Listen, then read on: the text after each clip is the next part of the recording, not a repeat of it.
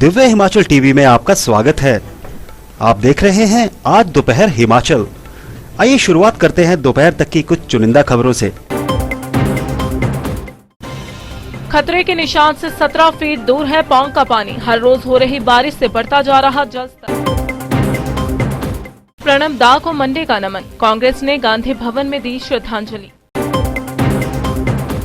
80 साल की बुजुर्ग ने कोरोना को दी मात। स्वार घाट की महिला का घर पहुंचने पर जोरदार स्वागत। राष्ट्रीय स्तर पर 3 बार सम्मानित हो चुकी है पंचायत कुठेहड़ पर 21 साल से 1.5 किलोमीटर सड़क के लिए तरस रहे 45 परिवार। नगर निगम में शामिल न किया जाए चलाह पंचायत, मुख्यमंत्री को भेजा ज्ञापन। अब समाचार विस्तार से।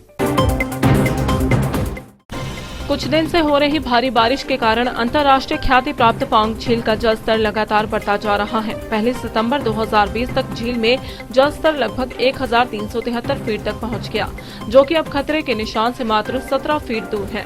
गौरतलब है कि अंतर्राष्ट्रीय ख्याति प्राप्त पौंग झील में 1410 फीट तक पानी भरा जा सकता है, परंतु 1390 फीट के बाद इसे खतरे का निशान माना जाता है।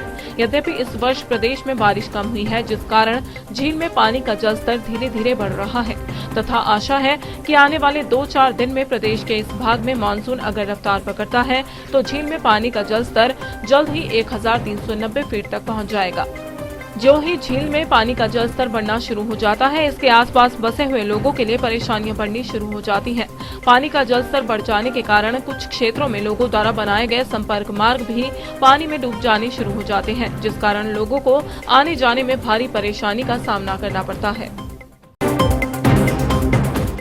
मंडी जिला कांग्रेस कमेटी ने पूर्व राष्ट्रपति प्रणब मुखर्जी के निधन पर गांधी भवन में भावभीनी श्रद्धांजलि अर्पित की।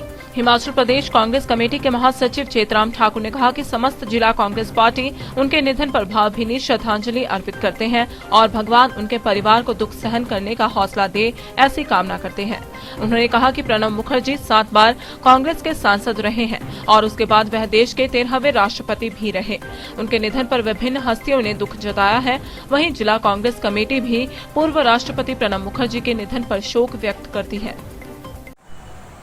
हम यहाँ जिला कांग्रेस कमेटी मंडी और हिमाचल प्रदेश कांग्रेस कमेटी के पदाधिकारी गणमान्य लोग आज बहुत दुखी होकर के यहाँ पर इकट्ठे हुए हैं। हमारे देश के नेता प्रणब मुखर्जी का पिछले कल स्वर्गवास हुआ है। वो 84 साल की उम्र में और एक बहुत बड़ी शख्सियत जो हिंदुस्तान के कई महत्वपूर्ण पदों पर रहे और देश को आज बहुत बड़ी क्षति उनके निधन के कारण हुई है। और वो ऐसी शख्सियत जहाँ पर कांग्रेस पार्टी को उनका लॉस हुआ है, वहाँ पर देश को भी उनको बहुत बड़ा लॉस उनके जाने से हुआ है। हमारे जो जिला के प्रधान हैं, उन्होंने भी इनके लिए दुख, प्रकाश चौधरी जी ने मेरी फ़ोन पे बात हुई और उन्होंने कहा कि मुझे कहा हुआ है कि कहें, उन्होंने भी इस पर दुख प्रकट किया है। और मंडी जिला के समस्त वासी कांग्रेस पार्टी के लोग हम इस दुख में शामिल हैं। परमात्मा उनकी आत्मा को शांति दे और उनके परिवार को इस दुख को सहन करने की ताकत दे। भारत में कोरोना संक्रमण के मामले तेजी से बढ़ते जा रहे हैं, लेकिन यहाँ ठीक होने वालों की संख्या में भी इजाफा हो रहा है। जवान ही नहीं बल्कि बुजुर्ग भी कोरोना को मात देकर नई जिंदगी शुरू कर रहे हैं। ऐसा ही एक मामला जिला बिलासपुर के उपमंडल स्वार घाट के दगड़ाहण गांव से सामने आया है, जहां 80 साल की बुजुर्ग महिला कला देवी ने कोरोना को मात देकर जिंदगी की जंग जीत ली है। सोमवार देर रात बुजुर्ग महिला को नेरचौक मेडिकल कॉलेज से 108 के माध्यम से घर लाया गया, जहां परिजनों ग्रामीणों ने महिला कला देवी का हार पहनाकर स्वागत किया और वापस आने की खुशी में पटाखे फोड़े।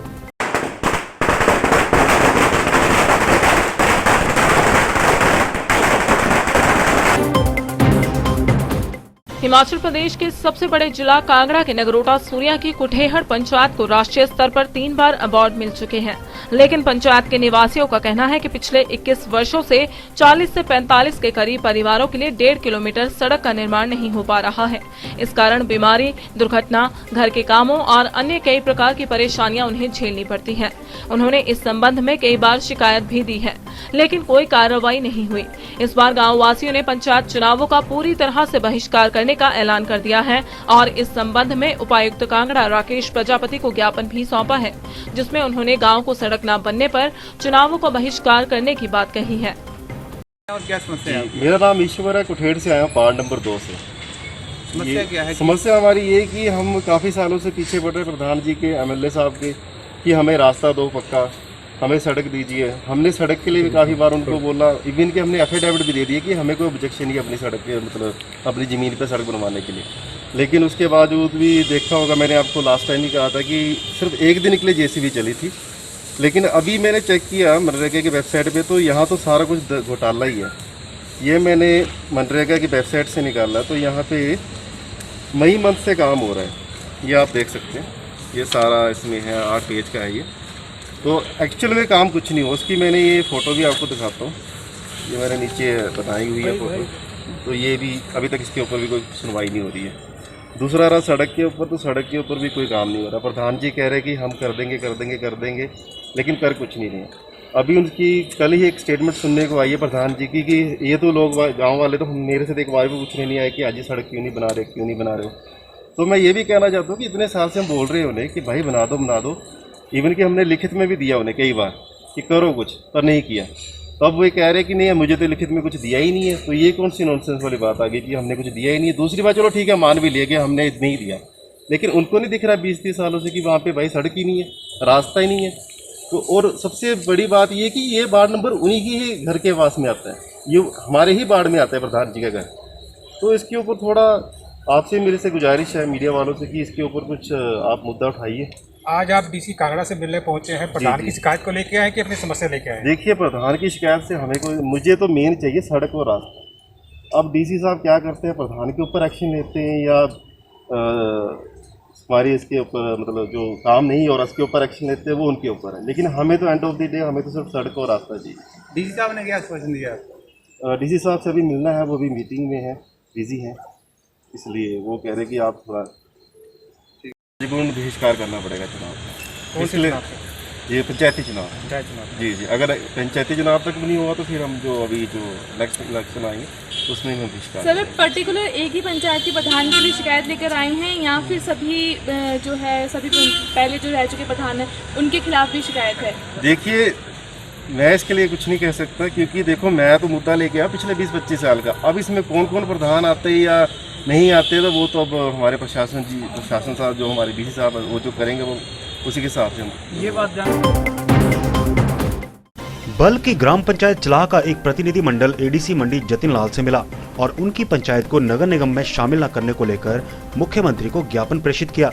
चलाह पंचायत प्रधान मीना गुलेरिया का कहना है कि ग्राम पंचायत से उनके गांव को हर प्रकार की सुविधाएं प्राप्त हो रही हैं और गांव में नगर निगम की आवश्यकता नहीं है। गांव के लोग नगर निगम के अंतर्गत आने वाले टैक्स नहीं भर सकते हैं और कुछ लोग तो इतने गरीब हैं कि मुश्किल से अपने परिवार का गुजारा कर पाते हैं।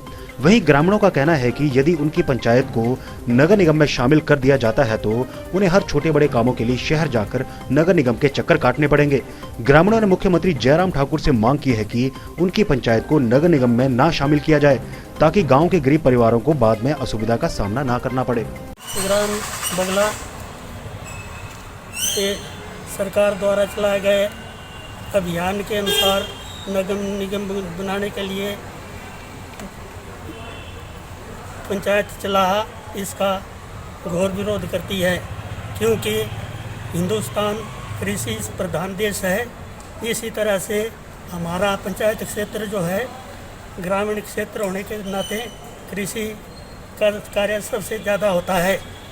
तो नगर निगम बनने से बहुत सारी समस्याएं खड़ी हो जाएगी, इसके लाभ हम तक नहीं पहुंच पाएंगे। इसलिए ये क्षेत्र जो है नगर निगम का नगर निगम का विरोध करती है। मीना गुलेरिया।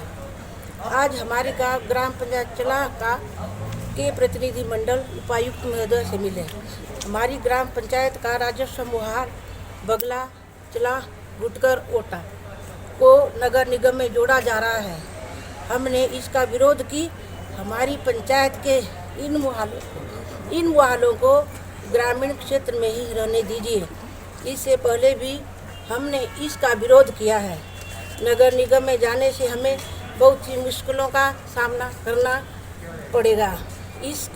इसमें अनेक प्रकार के टैक्स, नया मकान बनाने के लिए नक्शा बनाना, बिजली का मीटर, पानी का मीटर पर टैक्स, हर बिजली।